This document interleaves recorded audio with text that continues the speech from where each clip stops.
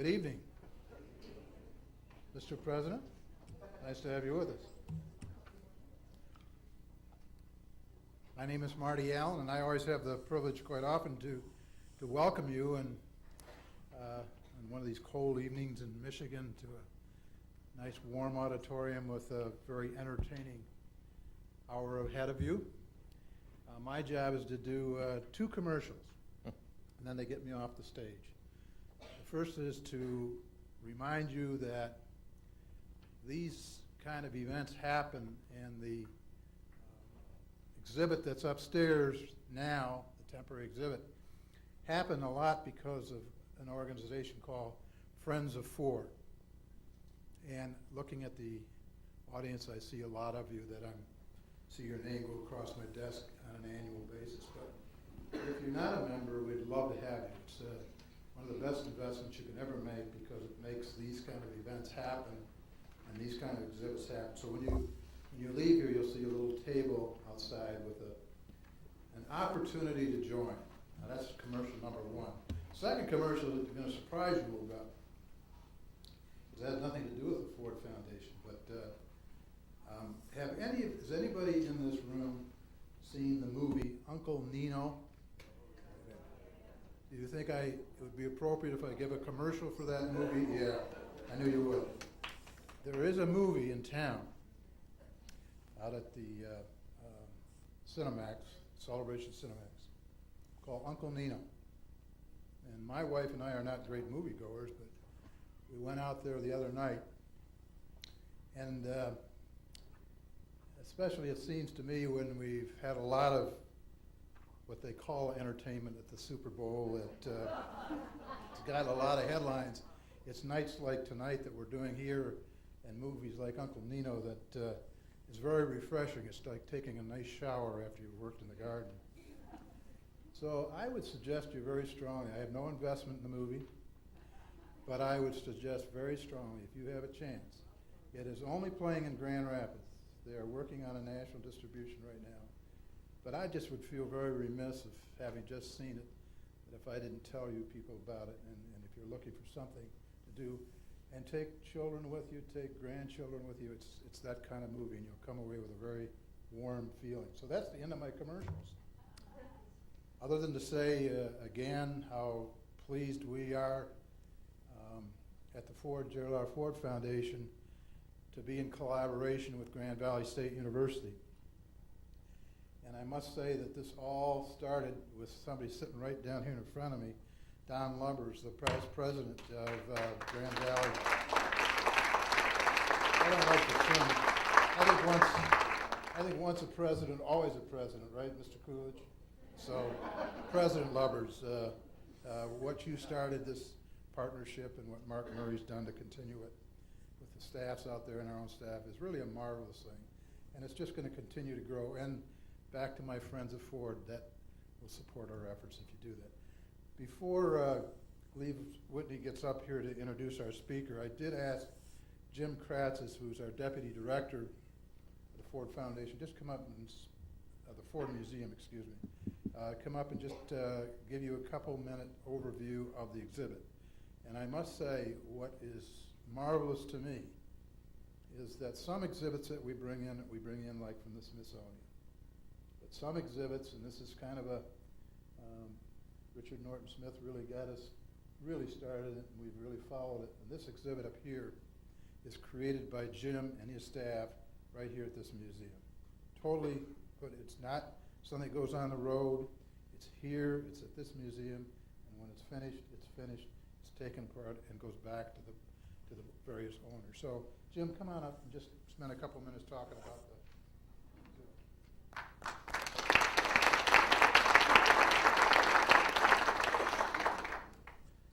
Thank you, Marty. And on behalf of the staff of the museum, we're very grateful for the support of the foundation and the stewardship that Marty provides that foundation. Really, we couldn't do it without the support of them. So thank you. The museum is very excited about its new temporary exhibit, All That Jazz, America in the 1920s, which opened this past Saturday. The 1920s was a decade that jettisoned America into the forefront of the world stage. It was a time that transformed our landscape. It celebrated American culture and set our nation on a path of technological advances.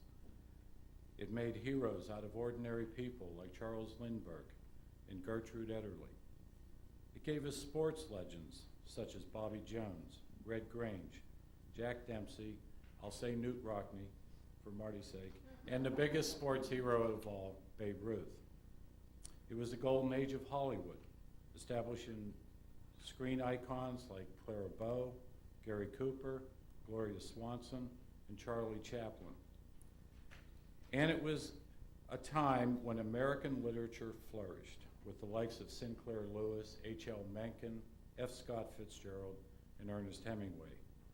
The Roaring Twenties not only produced heroes, it produced villains such as Al Capone and Albert Fall.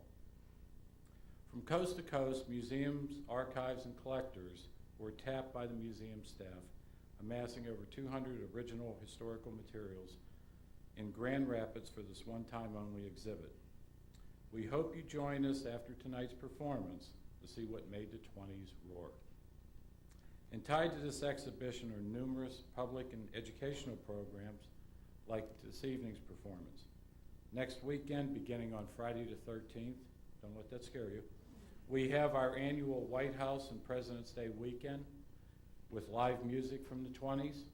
President and Mrs. Hoover will be here, as well as Amelia Earhart. Yes, they found her. And on February 26th, we have noted historian George Nash speaking on the great humanitarian Herbert Hoover.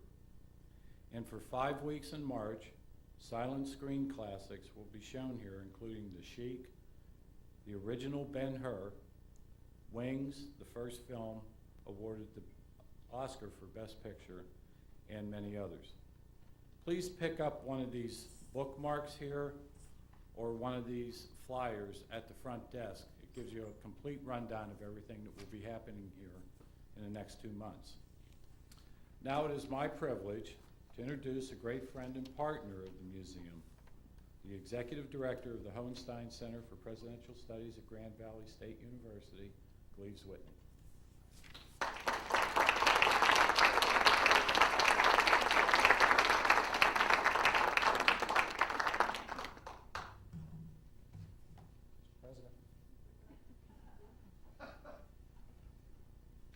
Thank you very much, Jim. Well, the Hohenstein Center for Presidential Studies and Grand Valley State University are proud to underwrite this evening's event, and we are truly fortunate in this community. The Hohenstein Center is an outstanding partnership with Marty Allen and our friends at the Gerald R. Ford Foundation, and with Jim Kratzis and our friends at the Ford Library and Museum. Working together, we've been able to bring world-class speakers to West Michigan and to raise understanding of the American presidency. Well, with us this evening to raise understanding of our 30th president, Calvin Coolidge, is Jim Cooke. Like Silent Cal, Jim originally hails from Vermont and currently resides in Quincy, Massachusetts. Jim is a professional actor whose love of history has enabled him to present one-man shows that for many years have entertained as much as they have informed.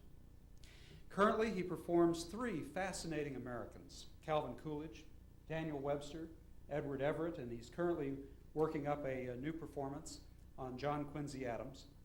And Jim likes to joke that the common theme among these 4 historic people is that they are all cranky Yankees, like himself.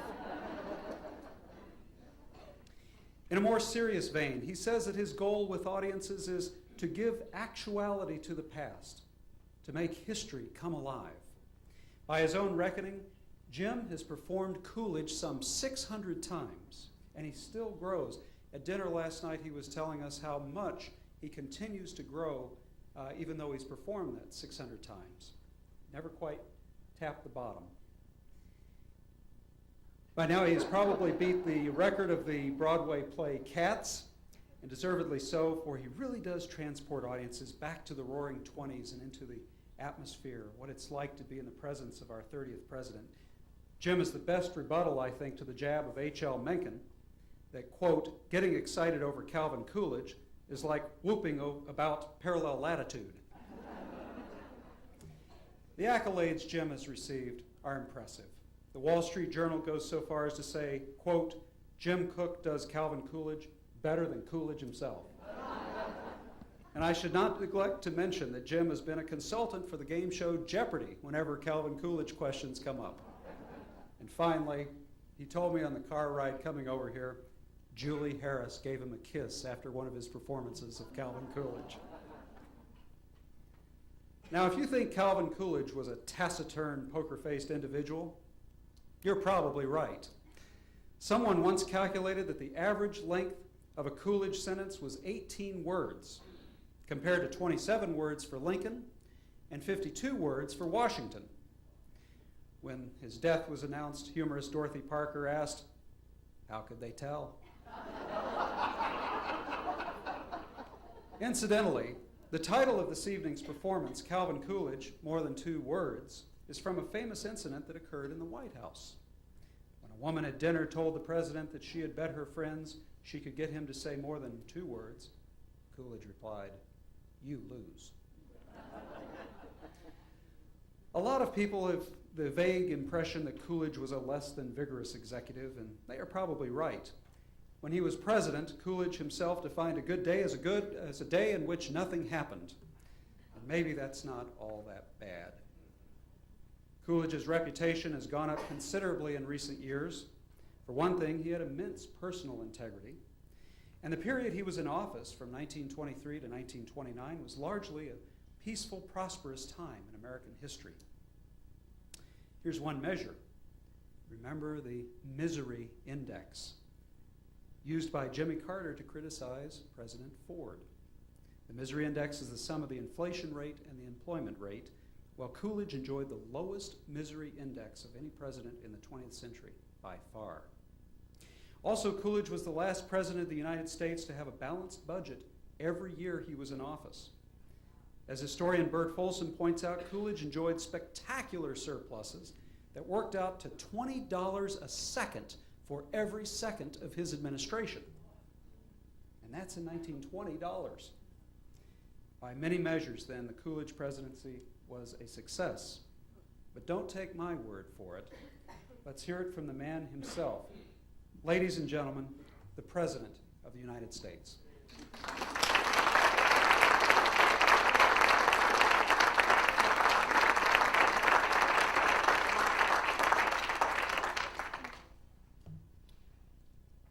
Thank you, Mr. Whitney. Of all the introductions that I have ever received, I must say that that was the most recent.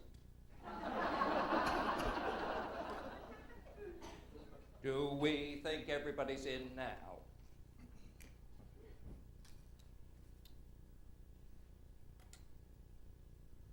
Will I make a speech? You're from Boston, yes, and you'll never get over it.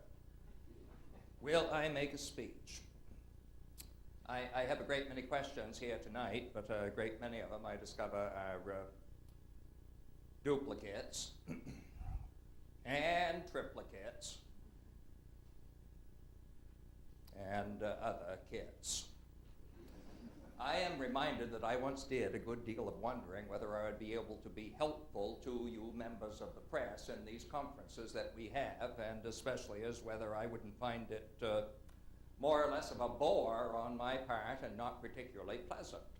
Well, I haven't found it that way at all. In fact, I have come to rather look forward to having you come in here twice a week and to answer to the best of my ability the questions that you have for me. As I say, I have a great many questions here. What did my father think when I became president? Well, he said, I think he'll do fairly well. He did fairly well as vice president, and I think he'll do fairly well as president. He didn't tend to change his opinion much on matters of that kind, much one way or the other. He always said I could get more sap out of a maple tree than any other boy around. He said that was my gift. Do I think it is all right to play baseball on Sunday? Well, my grandmother was a Baptist. She didn't. Did the Boston police strike in 1919 make Calvin Coolidge? No. You know, that is an interesting question. And it places me in mind of an editorial that Mr. Frank Buxton wrote for the Boston Herald, and this editorial went on to win a Pulitzer Prize, so perhaps there was some merit to it. His editorial was titled, "Who Made Calvin Coolidge?" And he mentioned many people that you might say made Calvin Coolidge. He phrased it rather like who killed Cock Robin. He mentioned the state of Vermont, the Republican Party, Amherst College, where I graduated, and he also mentioned my good friend at Amherst College, Dwight Morrow. And I remember, you perhaps are familiar with Dwight Morrow's daughter. She married that fella that flew over to Paris, yes indeed. Well, I remember when Mr. Morrow introduced me to Mrs. Morrow, and he told her I had a brilliant political future. Well, she later said that man has no political future at all. He is not pleasant. He doesn't tell any good stories. He doesn't want to shake everybody by the hand. He has no future. Well, Anne was, I think, 9 or 10 at the time, and she said, well, I liked him. There were all these men in the room, and he is the only one who asked me, how did I hurt my finger?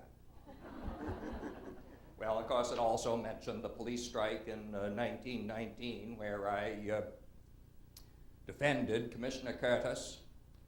And when the Boston police went out on strike, and we called out the state guard, the militia, I received a telegram from Samuel Gompers urging me to discharge Commissioner Curtis and to rehire all the striking policemen. Well, in a telegram to him, I said there is no right to strike against the public safety by anybody, anytime, anywhere. But no, you couldn't say that the Boston police strike made Calvin Coolidge. And it also mentioned Margaret Foley, the ferocious Miss Margaret Foley. She was a leading suffragette in Boston. And when I was in the Massachusetts Senate, I saw that there was a possibility that I might become the president of the Massachusetts Senate, and I was interested in obtaining that position. Well, the fellow who was Senate president was Levi Greenwood, and he had always opposed the vote for the women, which I had always favored. Well, Miss Margaret Foley pursued Mr. Levi Greenwood around the state, and whenever he opened his mouth to speak, she opened hers, and he was unable to get a word in, and he went down to defeat, and that opened the way for me to become president of the Massachusetts Senate. But no, I don't think I'd even say that Miss Margaret Foley made Calvin Coolidge. Mr. Buxton, in that Pulitzer Prize-winning editorial, concluded, who made Calvin Coolidge? Why, Calvin Coolidge, of course. Give many another son of Vermont those same foes and the same friends, and he'll be as far away from the White House as the other occupants of that beautiful state. Well, I am often asked if I am of any relation to the Boston Coolidges. They say no.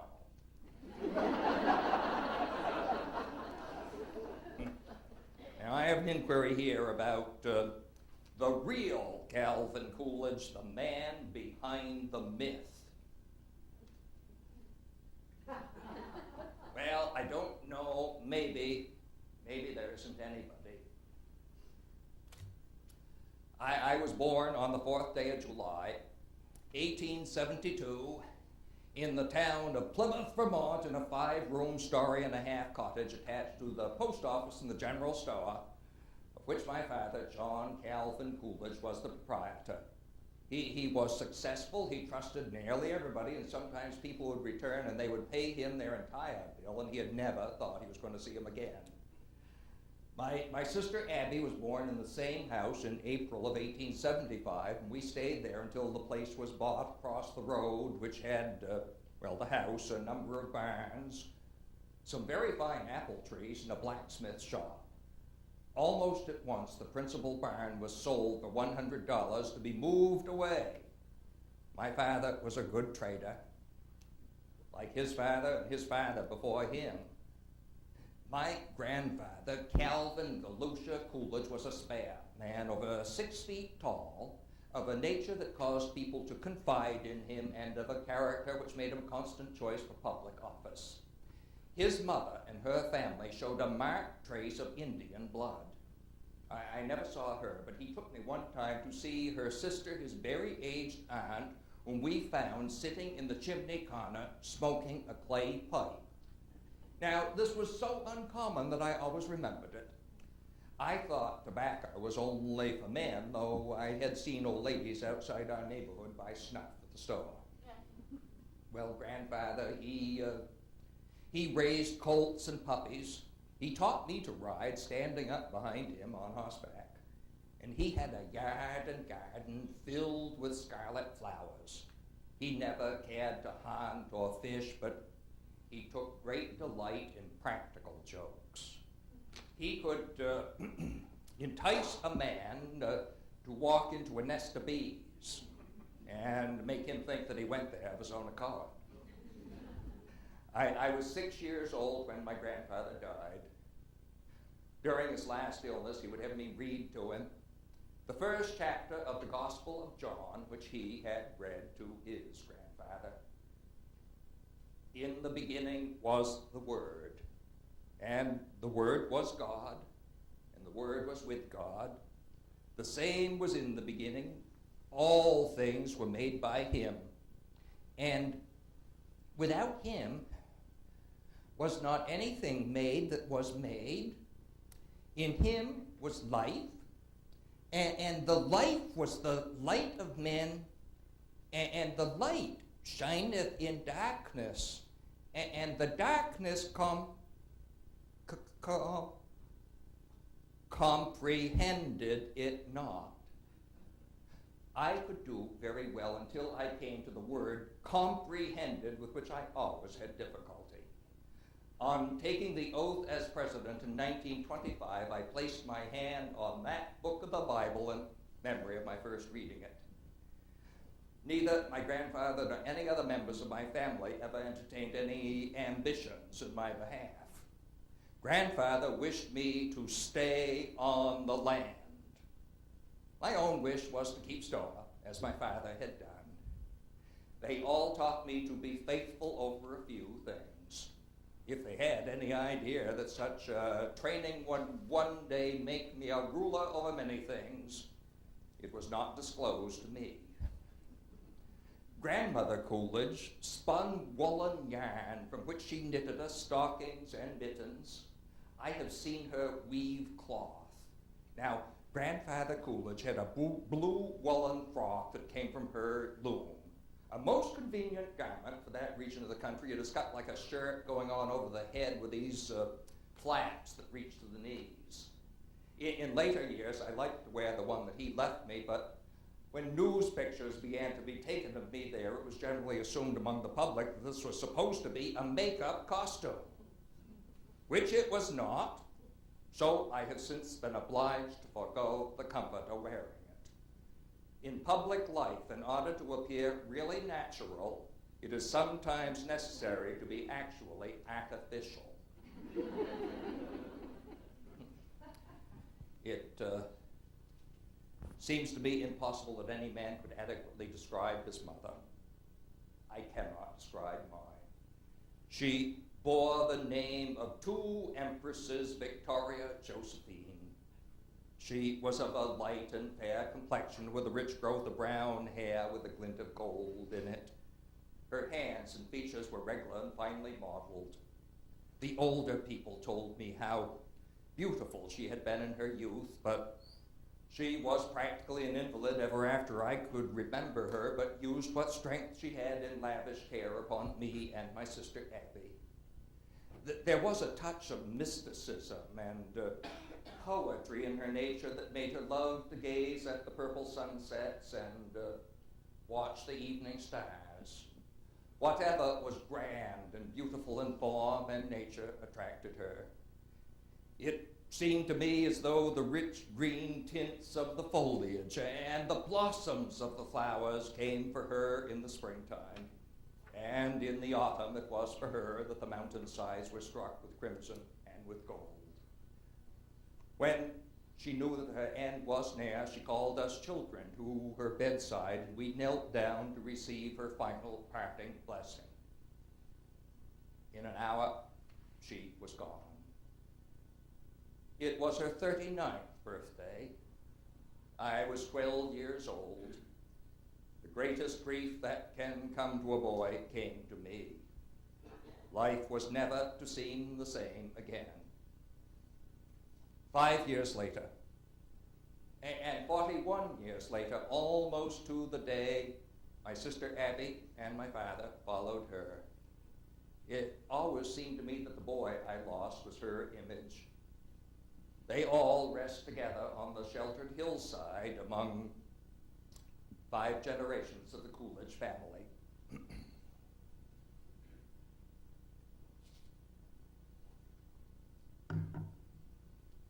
You know, they always intended to name me John Coolidge for my father, but they always called me Calvin, so the John became discarded.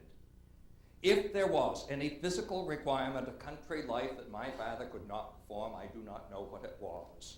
From watching him and assisting him, I gained an intimate knowledge of all that kind of work. The best buggy he had for 20 years was one he built himself. The lines he laid out were true and straight, and the curves regular. The work he did endured. You know, a lot of people in Plymouth can't understand how I ever came to be president. Least of all, my father. He always said I'd get more sap out of a maple tree than any other boy around. That was my gift. Well, he opened up that old blacksmith shop on the farm, and he hired a blacksmith at $1 a day.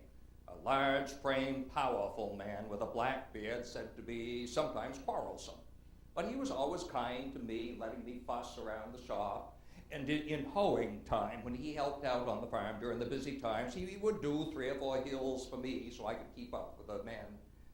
And then when it came time for haying, he would always pitch the hay up onto the ox cart, and I raked after. If I was getting behind, he slowed a little. He was a big-hearted man. I wish I could see that blacksmith again. Well, I started to school when I was 5 years old. Our little stone schoolhouse had these unpainted benches and desks that seated 2, and was attended by about 25 scholars. Few, if any, of the teachers in my day ever reached the standards now required in all public schools. They qualified by examination before the town superintendent. I first took that examination, and I passed it when I was 13. My sister Abby passed it and taught a term of school in a neighboring town when she was 12 years old.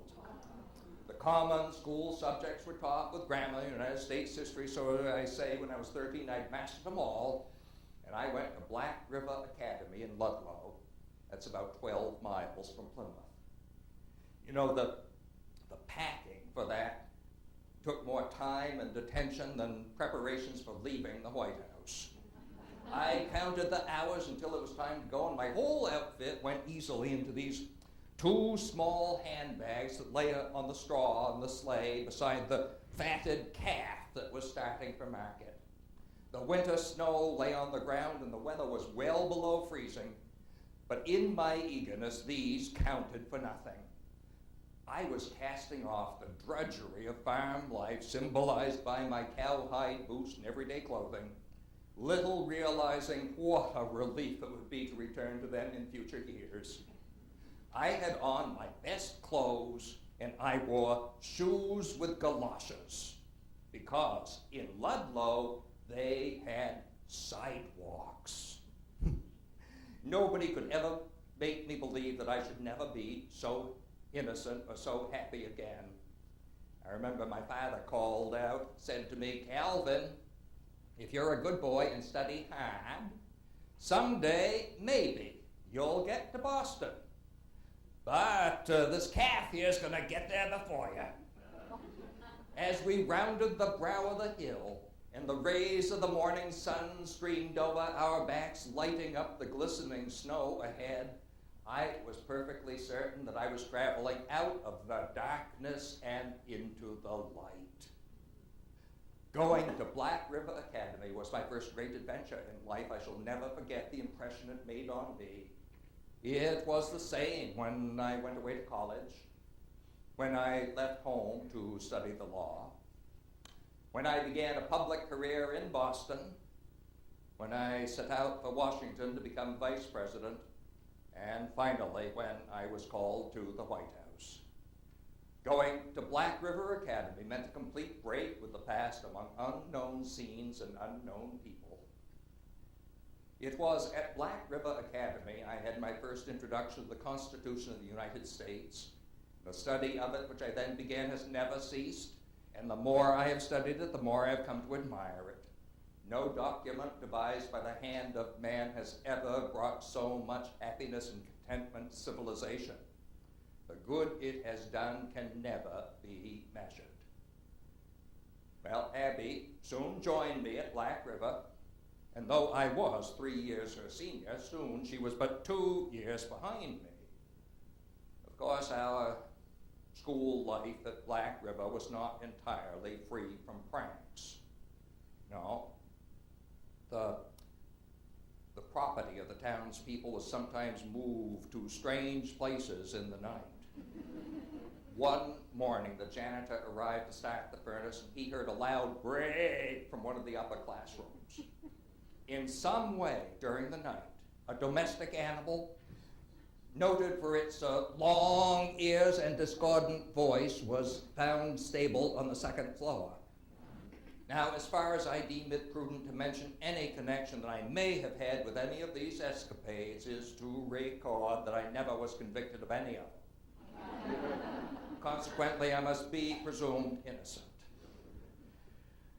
In my senior year, my sister Abby died. Appendicitis was not well understood in 1890. I stayed beside her until she passed to join our mother. The memory of her presence and her dignified devotion to the right will always abide with me. That spring came my graduation, and with such a small class, there were but 4 boys and 3 girls, who were all able to take part in the commencement ceremonies with essays and orations, and I endeavored in a brief address to deal with the subject of oratory in history. Mr. Sherman said it was the best one that he had seen, but I suppose he was flattering me. Well, that autumn, of course, I went home that summer and put in my last summer of work on the farm, and Mr. Sherman, my principal at Black River, urged me to see if I could not attend Amherst College in western Massachusetts. So in September, I took the train down to Amherst, and I became ill on the train and was very sick when I got there, and I was unable to complete the examination. My father had to come down and get me and brought me back home, and I was sick for quite a time. But I pulled myself together, regained my health, and the following spring, I entered St. Johnsbury Academy. And after 1 term there, I was pronounced qualified to enter Amherst College without any further examination. In that summer of 1891 in Vermont, we had some wonderful celebrations. It was our state centennial, and I attended the dedication of the Bennington Battle Monument, and President Benjamin Harrison came to Vermont, and he delivered an address. And as I looked at him, I thought of how he bore all the power and the responsibility of being President of the United States, and I wondered what that could be like, but little thought that I would ever know. Well, I went on down to Amherst College, and I did not get acquainted very fast. I was quite homesick, and it took considerable encouragement from my father for me to continue. But by my junior year, my grades began to improve, and my confidence asserted itself, and I graduated cum laude. And according to ancient practice at Amherst College, 3 members of the graduating class are chosen by popular vote to speak at the commencement. To me was assigned the Grove Oration, which according to immemorial practice deals with the class record in a witty or a humorous way. Gentlemen of the class of '95, it may not be such a misfortune to be out of college. It is not proof positive that a diploma is a wolf just because it comes to you in sheep's clothing. But wherever we go, whoever we are, degreed or disagreed, we are going to be Amherst men. Well, I went home after that, put in my last work, summer's work on the farm, and it was decided that I would enter the law. And at first I thought I'd go to a college for that purpose, but we learned that there was an opening in the office of Hammond and Field in Northampton, and I applied there and I was accepted. My first Christmas in Northampton was made merry by getting notice from the Sons of the American Revolution that I had won the first prize in an essay contest that had been open to all the students of all the colleges across the country. We wrote on the principles fought for in the American Revolution. I was at my desk in the law office, and Judge Field came in. He had a copy of the Hampshire Gazette, and he said, "Coolidge, is this item about you true?" And I said, "Well, yes, sir, it is." And he said, "Well, where is that medal?" And I said, "It's right here." And I opened up the drawer on my desk, and I showed it to him. He said, "Well, have you told your father about it yet?" I said, "No. Do you think I ought to?" You see, my father had questioned some whether I was making anything out of my education or not. And besides, I had a little vanity in wishing him to learn of it first from the press, which he did. Well, I worked hard at the law office, and after 1 year there, I took the examination that would allow me to practice in the courts of Massachusetts, and only after I was in possession of my certificate did I notify my father, and this was right before my birthday in 1897. He had expected my studies would go on for another year, and I had wanted to surprise him if I succeeded and not disappoint him if I failed. Well, I did not fail. I was just 25 years old and very happy. I worked hard. For 3 years, I didn't take the time to visit my old home in Vermont, but when I did go, I was city solicitor. I had been able to make some small savings, and I suppose I began to want a home of my own. After she had finished her course at the University of Vermont, Miss Grace Goodhue came to Northampton to take the training to enable her to teach the deaf at the Clark School for the Deaf. Well, I soon met her, and I often took her to places of entertainment. From our being together, we naturally seemed to come to care for one another. In 1904, I was elected a member of the Republican City Committee. In 1904, I had my first ride in an automobile. I thought it was a marvelous thing to ride in a horseless carriage, but I knew they never would amount to anything. I have never been gifted with intuition. Well, in 1904, Northampton celebrated its 250th anniversary, and one evening was devoted to a reception for the governor and his council, sponsored by the Daughters of the American Revolution. Miss Grace Goodhue accompanied me to the City Hall, and after we had strolled around for a time, we sat down in 2 very comfortable chairs. After a time, a lady came up to me and she said, "Those chairs are reserved for Governor and Mrs. Bates, and you will have to relinquish them." which we did. Miss Goodhue came on up to Plymouth to meet my family, and my Aunt Meade took one look at it and said, "Calvin, that looks like a likely gal. Why don't you marry her?" "Well, Grandma, maybe I will." "Maybe I will, Grandma." "Maybe I will." Miss Goodhue took the rest of her vacation at her home in Burlington, Vermont. Now, I was not expected there, but one day I paid a visit. Mr. Goodhue inquired, did I have some business in Burlington? No. "I've come up to marry Grace." He inquired, had I spoken to her yet? No. "I can wait a few days if it's any convenience to you. I have seen so much fiction written on this matter that I may be pardoned for stating the plain facts. We thought we were made for each other. For almost a quarter of a century, she has borne with my infirmities, and I have rejoiced in her graces." Oh yes, years later, when I had received sufficient of the electoral return to show that I had been elected governor of Massachusetts, I turned to Mrs. Coolidge and I said, "Well, Mother, the daughters of the American Revolution cannot put us out of the governor's chair now." She has kept me running for office ever since.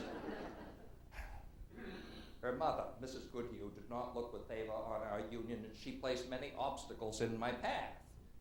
She said her daughter had been so busy acquiring her education that she lacked all training in the domestic arts. And if we would defer our marriage for 1 year, she would endeavor to teach her daughter how to bake bread. I told Mrs. Goodhue that we could buy bread. It rained on our wedding day, but I didn't care just so long as I got the girl. We went off and we took our honeymoon on up in Montreal, and then we came back down to Northampton, and the days passed quietly with us.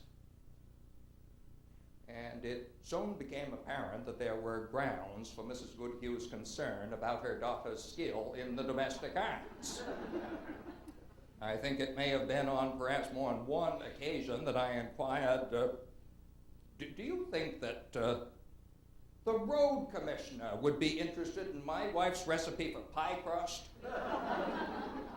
But as I say, the days passed quietly with us until we moved into that house on Massasoit Street that was to be our home for so long.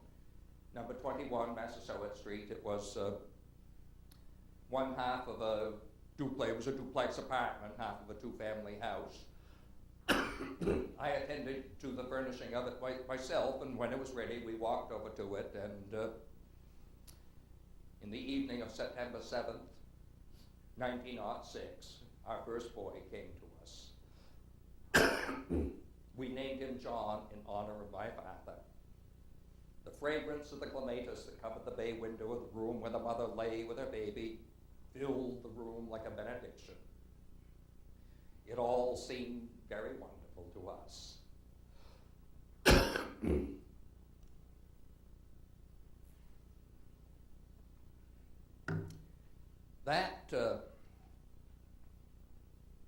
That winter, I was nominated for school committeeman. It was the only election I ever lost.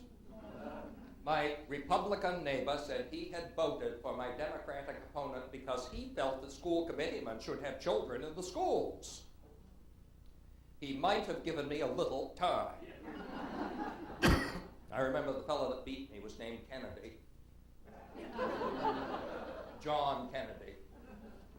Of course, I knew John Kennedy.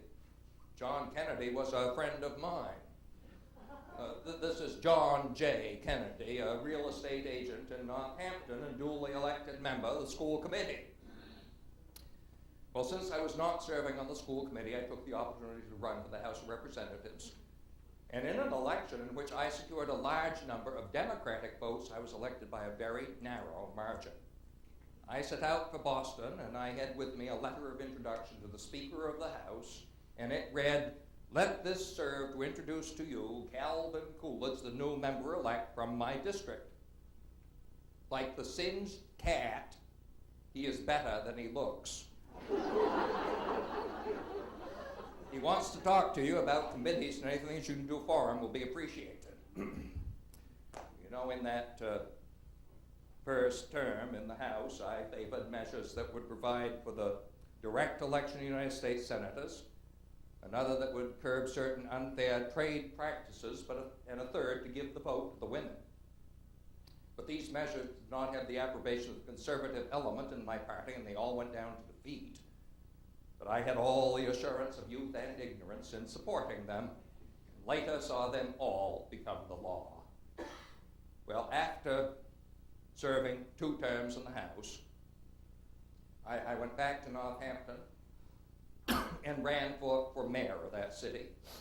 And on May of 1908, in a letter to my father, "Dear Father, running as mayor, the nearer I got to my house and office, the better I ran, and it was the opposite with the other fellow. At least 400 Democrats voted for me. Their leaders can't see why they did it. I know why. They knew I had done things for them. Bless their honest Irish hearts. Grace and the new baby are in fine shape. John is very fond of his brother. He pats him on the head and says, 'Baby, baby, baby,' and tries to give him some cookie. We have not named him yet. But if it looks like he's going to amount to anything, I think we might call him Calvin." Well, after serving 2 terms as mayor, I returned to Boston as a member of the state senate. And then in 1914, I was Senate president, then lieutenant governor, and then we had the Great War, which took a great deal of the attention and the energy of the people in my state, as it did in all the states across the Union. And then in 1919, I was governor of Massachusetts.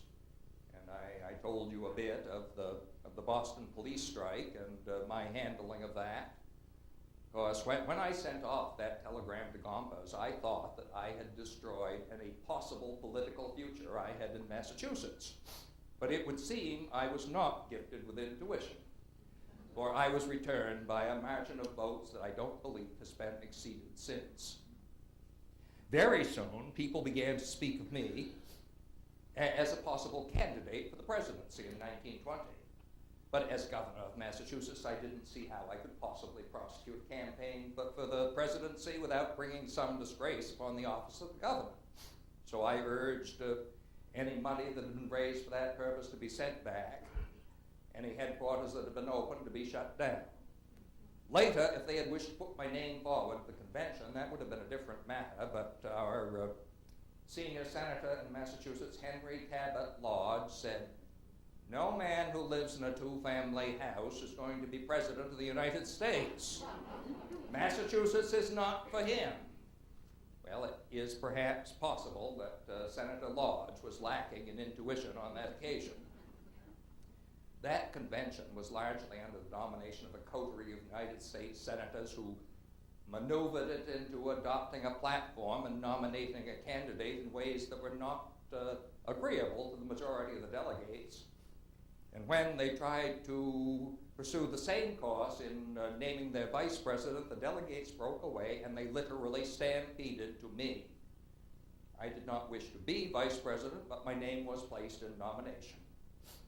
I was at the Adams House in Boston, and it was the weekend. Mrs. Coolidge was there with me, and I received a telephone call informing me I had been nominated, and Grace said, "Well, you're not going to accept it, are you?" I said, "Well, Mother, I suppose I'll have to." It was agreeable to me to be associated with Senator Warren G. Harding, whom I knew well and I liked. I went campaigning across the country, really mainly just into the South, And I would address a gathering in a large hall in the evening and often speak from the rear platform of a train. It was the most interesting experience. Then I was back home in Northampton to cast my ballot in November. And in another letter to my father, I said, Dear Father, I'm home today, came home yesterday, in fact. Grace and the boys are well. Your dog is growing well. She has bitten the milkman, the grocer, and the egg man. It is good to have some way to get even for the high prices they charge for everything. I wonder if anybody has sent you the Boston Globe. They are running a life of me just now. Most of it is fiction, of course, but you might like to read it. Well, the time soon came for us to go on down to Washington. We were met at the Union Station by Vice President and Mrs. Marshall, and they escorted us over to the New Willard Hotel. And the next day we were back at the Union Station to welcome Senator Harding and Mrs. Harding to Washington. The day of the inauguration was the last time I had an opportunity to visit briefly with President Wilson. I recall it was the first time that the presidential party traveled in automobiles. And I remember watching Senator Harding and President Wilson, and Senator Harding would try to acknowledge the chairs of the people by raising his hat. And of course, President Wilson tried to do the same thing, but he lacked the ability to do it. So after a time, Harding just rode with his hat in his hand. And later, when I became President of the United States, I got a telegram of condolence from President Wilson. My inaugural address, my vice presidential inaugural address, was the shortest on record.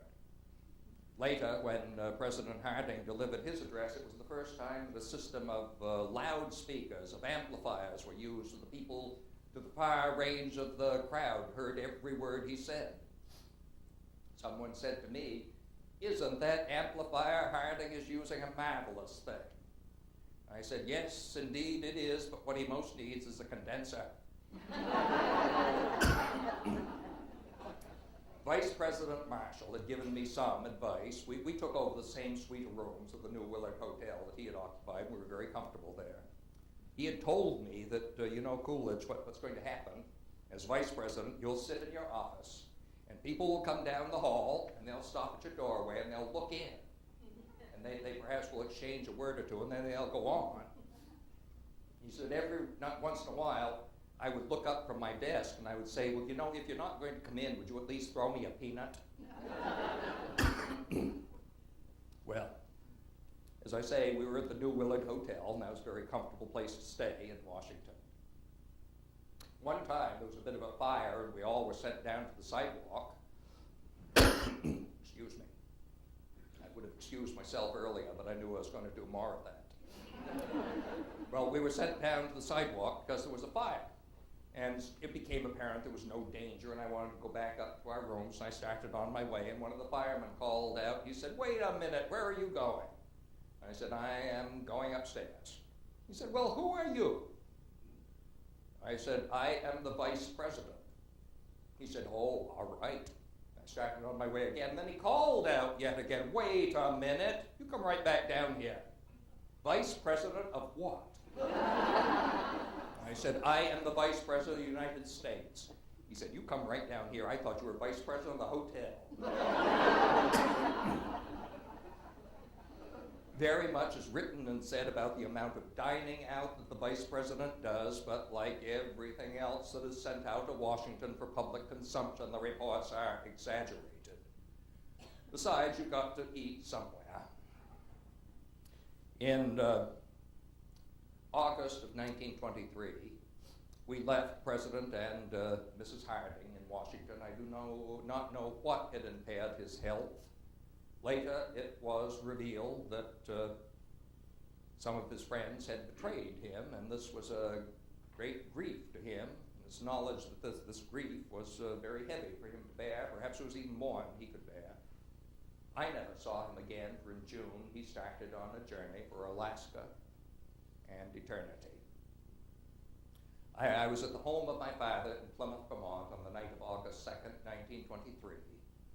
I was awakened by my father coming up the stairs calling my name. His voice trembled, and I knew that something of the gravest nature had occurred. He placed in my hand an official report. He had been the first to address me as President of the United States, for President Harding had died. The oath of office was taken in what we always called the sitting room by the light of the kerosene lamp. The Bible that had belonged to my mother lay on the table at hand. I know of no other case in history where succession comes by election, where the qualifying oath of office has been administered by a father to his son. Father then was, as always, a notary, and it seemed a simple and natural thing to do at the time. I can now understand something of the dramatic force of the event. When we learned that President Harding had died, Mrs. Coolidge and I got down on our knees, and I asked God to bless the American people and give me the power to serve them. The reporters asked me what was my first thought when I became president. Well, I thought I could swing it. They asked my father, they asked him what made him think, as a notary, that he could administer the presidential oath of office. He said there was nothing that made him think he couldn't. That morning, when we set out for Washington, I made a short visit to the grave of my mother. It had always been a comfort to me to be near her final resting place when I was a boy, sometimes even in the dead of night. Some way that morning she seemed very near to me. After the death of President Harding, the opposing party thought it would be a good idea to encourage my party to nominate me, thinking they could easily accomplish my defeat. Well, I do not know if they were wrong in their judgment or if they overdid the operation, because they found that after a time they could not discourage what they had encouraged initially, and I was nominated for my party's candidate by a vote that was nearly unanimous, except Wisconsin. I remember, you know that point at the convention where they all parade around carrying the banners of their states. Well, they reached that point at that convention, which met in Cleveland, and they were singing, "Hail, hail, the gang's all here." And then the refrain would be, "All except Wisconsin."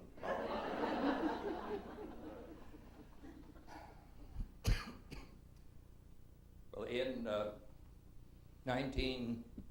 July of 1924, the Democratic convention was on. My son John had been listening to it on the radio. He and Calvin Jr. had come home from Mercersburg Academy, because I didn't make any political addresses during the campaign at all, and the reason was that John and Calvin Jr.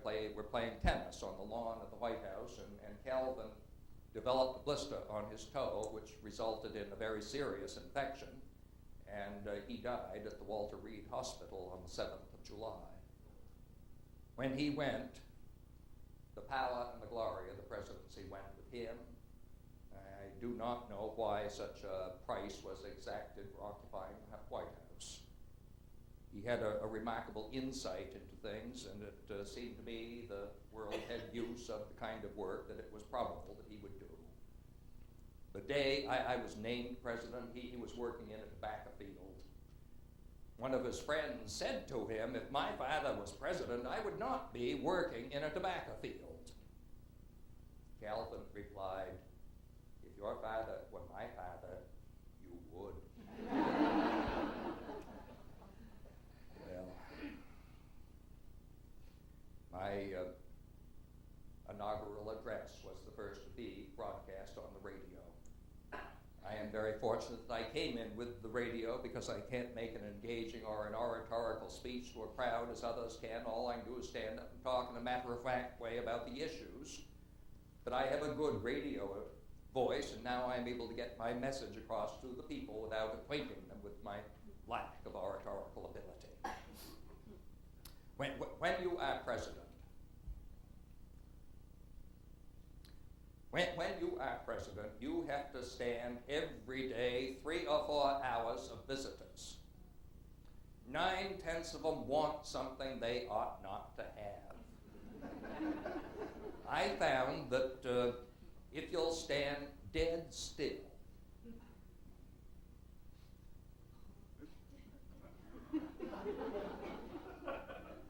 after a while they'll start to wind down. But if you even cough or smile, they'll start up all over again. So as I say, I found in the course of a long public career that the things I did not say never hurt me. Well, I am, I think you understand that we are going to open the floor here to any questions that you have for me, so I am not going to dwell at any length upon my presidency. When we left Washington in 1929, I held my last conference, my last press conference I held on the 1st of March, 1929. And I remember among the several questions that I had was, what was my greatest accomplishment as president? And often people will ask me that today, and I see no reason not to give the same response I gave on that occasion, which was minding my own business. After the inauguration of that great wonder boy, the boy genius, Herbert Hoover, we took the train back to Northampton, and we returned to that same two-family house that we had occupied since 1907.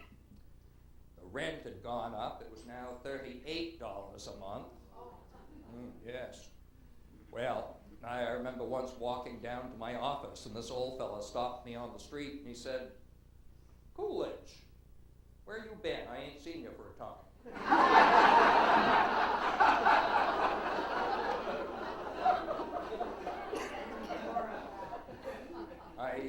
I told him, well, I've been out of town. I was over at the library, the Forbes Library in Northampton. They had a new system, and I was applying for a card, and asked for my name, I put that down, asked for my address, I put that down, my age, and it asked for occupation. And I put down retired. And then it asked for remarks, and I remarked I was glad of it. We did some traveling in 1930. We went down to spend some time in Florida and made our way over to Louisiana. And the governor of Louisiana invited us to dinner at the Roosevelt Hotel's formal dinner. Mrs. Coolidge and I got there at the appointed time. The governor was nowhere to be seen. And he came in perhaps half an hour late, and he was dressed in a very extravagant manner. I won't even begin to attempt to describe it. And he sat next to Mrs. Coolidge, and he questioned her closely on the condition of the White House. And she told him it needed work. And then he urged the photographers to get a picture of a former and a future president together. Well, we left Governor Huey Long in Louisiana, and we made our way on through Texas out to California, to Hollywood, where we had lunch on the set with Douglas Fairbanks, Mary Pickford, and Charlie Chaplin. And we had been asked to stop and visit William Randolph Hearst at his ranch, and we did. And he has a very, very fine ranch there. I recall a young lady who was present at all the meals, Miss Marion Davies, and she persuaded me that Tokay was a temperance beverage. And I had several glasses of it and decided I had to remember it. Mrs. Coolidge got stuck in one of Mr. Hearst's elevators, and she was not missed for considerable time. But fortunately, she had her knitting along with her, so she didn't waste any time. Then after that, we made our way into Arizona, and President Hoover had asked me if I would stop in Arizona and dedicate a dam on the Gila River, and I did. And Will Rogers was covering it for his syndicated column, and of course I had met him a number of times. In fact, the first time I met him, he had made a bet that he could make me laugh. Now, had I known there was any wager on it, I would have put up some opposition, but I didn't. But when we were introduced, he took my hand and he said, "I beg your pardon, I didn't catch the name." You may know that he imitated me on his radio program one night, and he said many comical and ridiculous things. He went on about how the country on the whole is prosperous. Now, I don't want you to think that the country is on a whole, but on the whole, the country is prosperous. And there were many people who thought that it was me saying those ridiculous things. And, of course, the newspapermen made out that there was a great feud between us, but I was not initially entirely pleased with it, but the fellow has to make his living the best way he can, and that's what he's chosen to do. Later, when he was again a guest at the White House, Mrs. Coolidge was talking to him, and she said that she had heard his broadcast and thought that he did a very good imitation of me. But she said she could do a better one. Well, he listened to her, and he said, "Well, yes, indeed, you can, but look what you had to go through to learn it."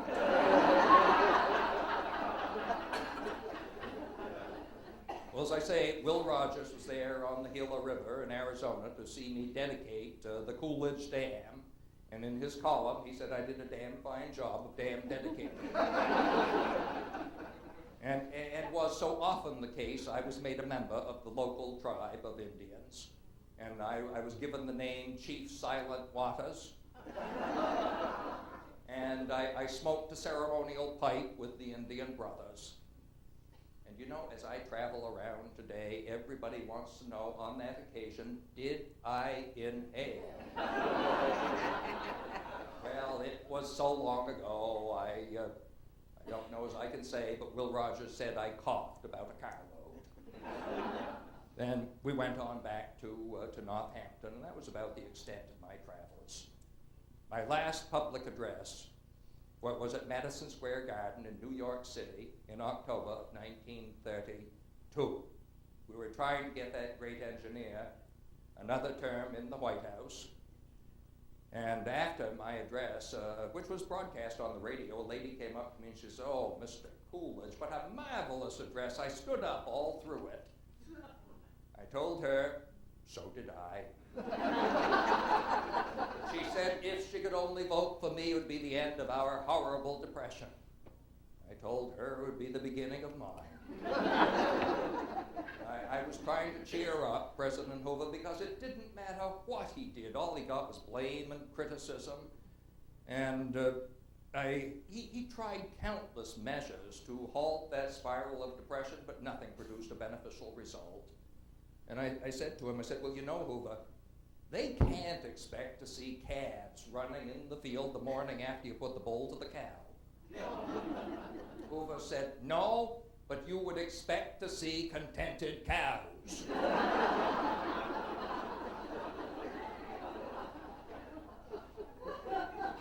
He always wondered how I was able to transact so much business when I was in Washington, and I said, "Well, the trouble with you, Hoover, you talk back to him." Well, I knew he was going to have trouble. You see, the time had come when it was necessary to spend money, and the Democrats are going to want me to come back and save money for them, but I won't do it. No, I feel I no longer fit in these times. When I was in office, tax reduction, tariff stability, peace, and the economy were the things to which we gave attention, and we succeeded along those lines. I read of the newfangled things that are now so popular, and I realize my time has passed. Fact is, there was times during that address in New York when I didn't think I would be able to continue. So I think it is now time for me to draw my remarks to a conclusion and say good night. Good night.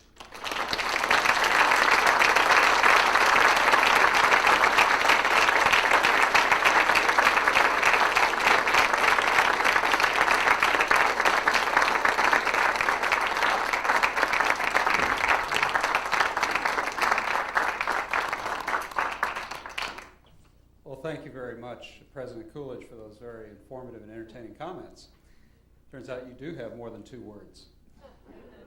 At this point, it's a tradition here at the Ford Museum to pass out index cards and to give you the opportunity in the audience to put any questions that you would have to our speaker. And so we would invite you to do that over the next moment or two. And the cards, I guess, are passed out. And while you're writing the questions that you have, and we're going to gather those questions, I'd like to ask the first question of you, President Coolidge. Who is your favorite president? What predecessor do you admire the most? Abraham Lincoln. And?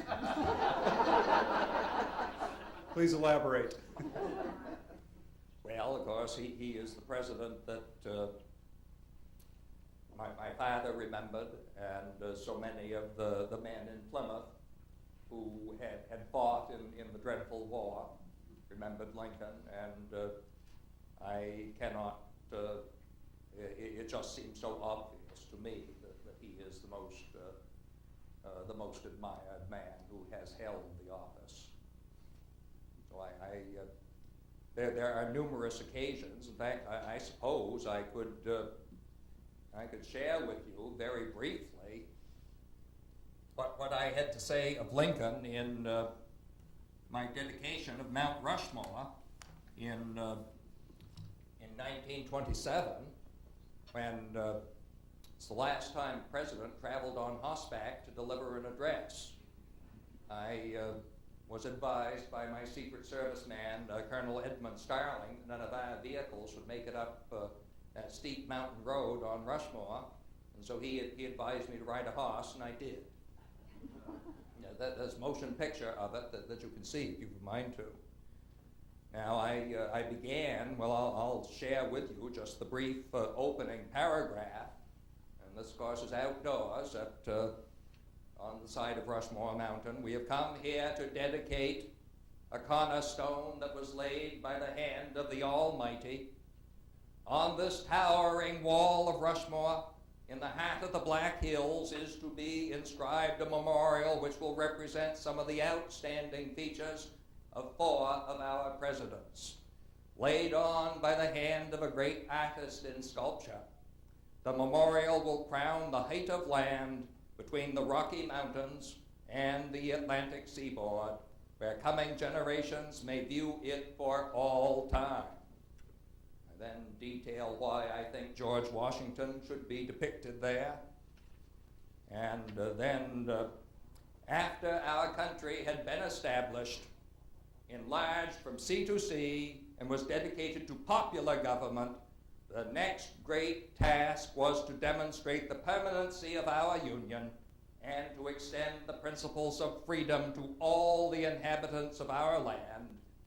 The master of this supreme accomplishment was Abraham Lincoln. Above all other national figures, he holds the love of his fellow countrymen.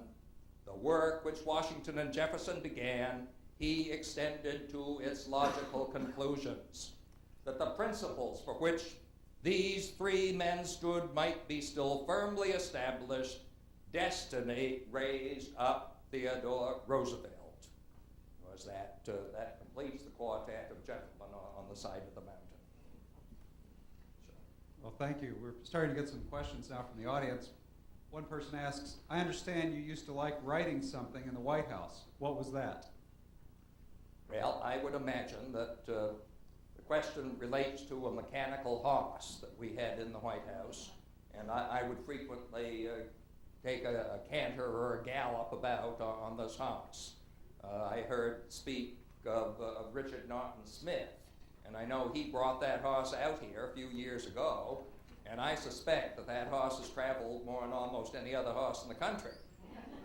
I've seen it in California at a library belonging to President Reagan, and I also saw it down in Texas at a famous Texan president.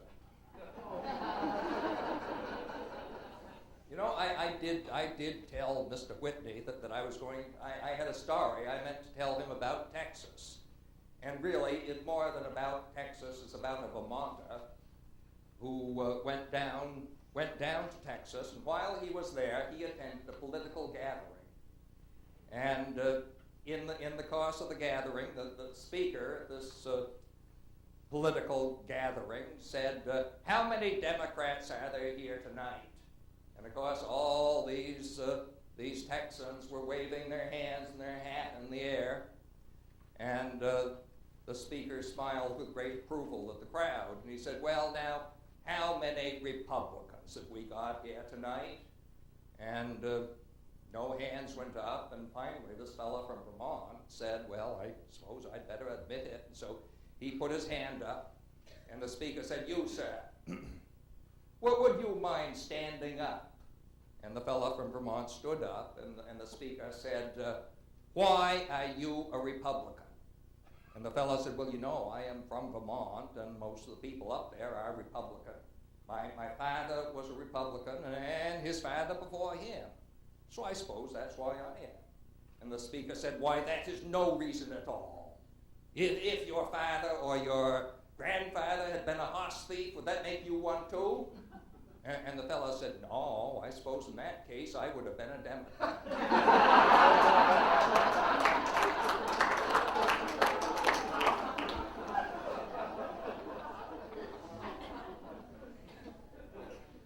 Well, here's a serious question now. Were you aware of the Teapot Dome scandal during the Harding years? And if so, did you oppose it or did you look the other way? The question, which I'll repeat, is relative to Teapot Dome, which is a geological formation in, I guess it's Wyoming, on an oil range.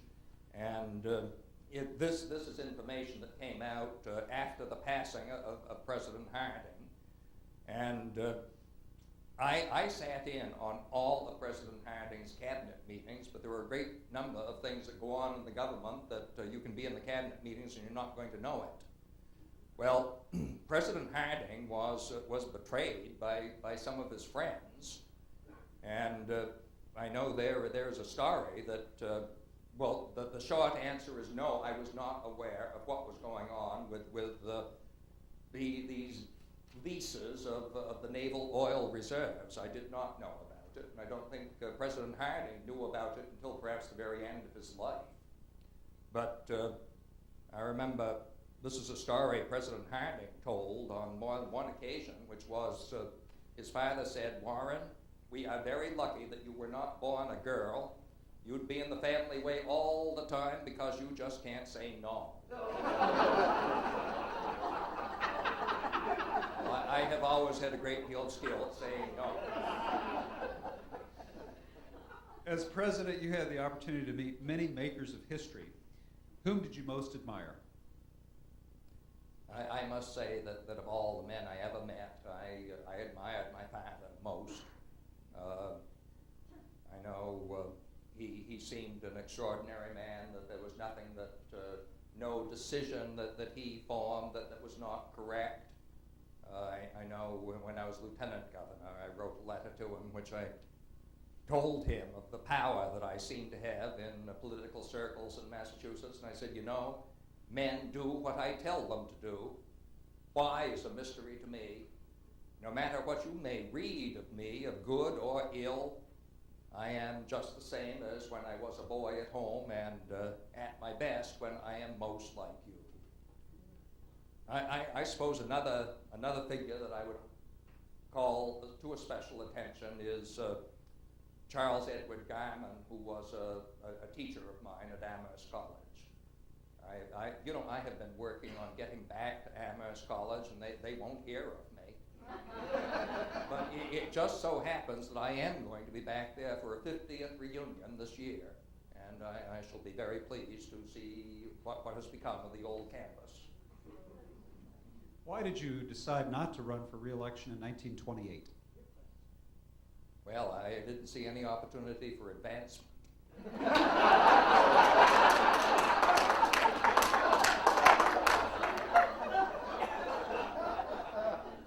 You know, if you examine the records of those men who take a second term, in many, many instances there are some gravely disappointing, often embarrassing occurrences in that second term.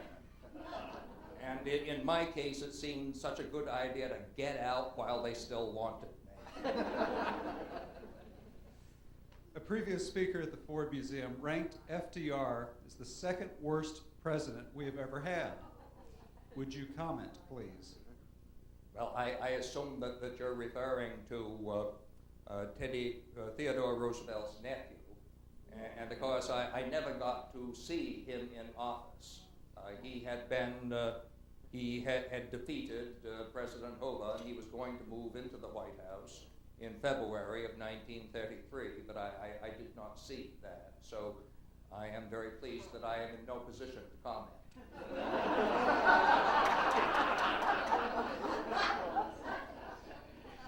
Please tell us about some of your favorite or famous pets in the White House. Well, we had many, many pets in the White House. Probably the most famous is a raccoon that was sent to us by people in, I think in Georgia. They sent a raccoon in a crate, and the idea was that we were going to have raccoon for Thanksgiving dinner. And I don't know if that is a practice that is continued in Georgia. No, it isn't. But anyway, we were encouraged to do that, but she was such a sweet little animal that we made her a pet. First we thought it was a little boy raccoon, but after a time we learned the error of our assumption, and we had named him Roscoe to begin with, but when we discovered our mistake, we called him Rebecca.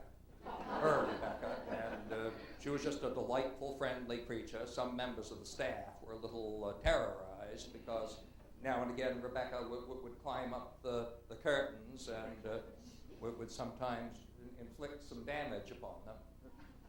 We had many dogs and cats. When we first went to Washington, Mrs. Coolidge had a mockingbird, but it is illegal to keep a mockingbird in Washington. And I think it is something to do with the competition with the Senate. So we gave the mockingbird its freedom, and we were often sent many, many animals, little hippopotamus once, a pair of lions, a goose, a great large goose we were sent. And I remember, well, John Quincy Adams had a alligator there for a time. I don't know how long that was, but he did. So those are some of the animals. Some of you may have seen a beautiful portrait of Mrs. Coolidge painted by Howard Chandler Christie. She is wearing a red dress, and one of our white collies is right next to her. And Mr. Christie, of course, came by to paint my portrait, and they always throw in the First Lady for nothing, though she is by far the better subject. Well, I told Mr. Christie that I would like to see Mrs. Coolidge in a white dress. And he said, no, I think what we should do, we should have her in a red dress, and we'll have that white collie dog next to her, and there'll be the blue sky behind her, and that will give us red, white, and blue. And I said, well, you know, what we could do, we could put Mrs. Coolidge in a white dress, and we could dye the dog red. But we didn't do that. But that was a beautiful dog. Yes, Mr. President, this will be the final question. We understand that you have quite an interest in John Quincy Adams, and would you please give us a little preview of your ideas about our president? Well, I do know that in the dining room at the White House that we had his portrait up on the wall, and I always felt from the end of the table where I sat that there was a terrible glare off his bald dome. And on one occasion, I urged one of the servants to take some ashes out of the fireplace there and rub them on that painting. So I have a high regard for John Quincy Adams. I visited his home and his father's home in Quincy, and I remember it was rather a surprise to the people there that I was, my summer White House that year had been in Swampscott, Massachusetts, which isn't very far away, and I came over to, in particular, to see the shipyard nearby, but thought I should see the Adams site as well, and I did. And there was a local company that made ginger ale, and I can't remember what the name of that ginger ale was, but we, on that occasion, were served by the Daughters of the American Revolution, and they asked me how the ginger ale was, and I said it was fine. And the next day in the newspaper, that company had their usual advertisement with my endorsement of their product. Well, I do want to thank you all for having me here. I have long been a friend of Cooke.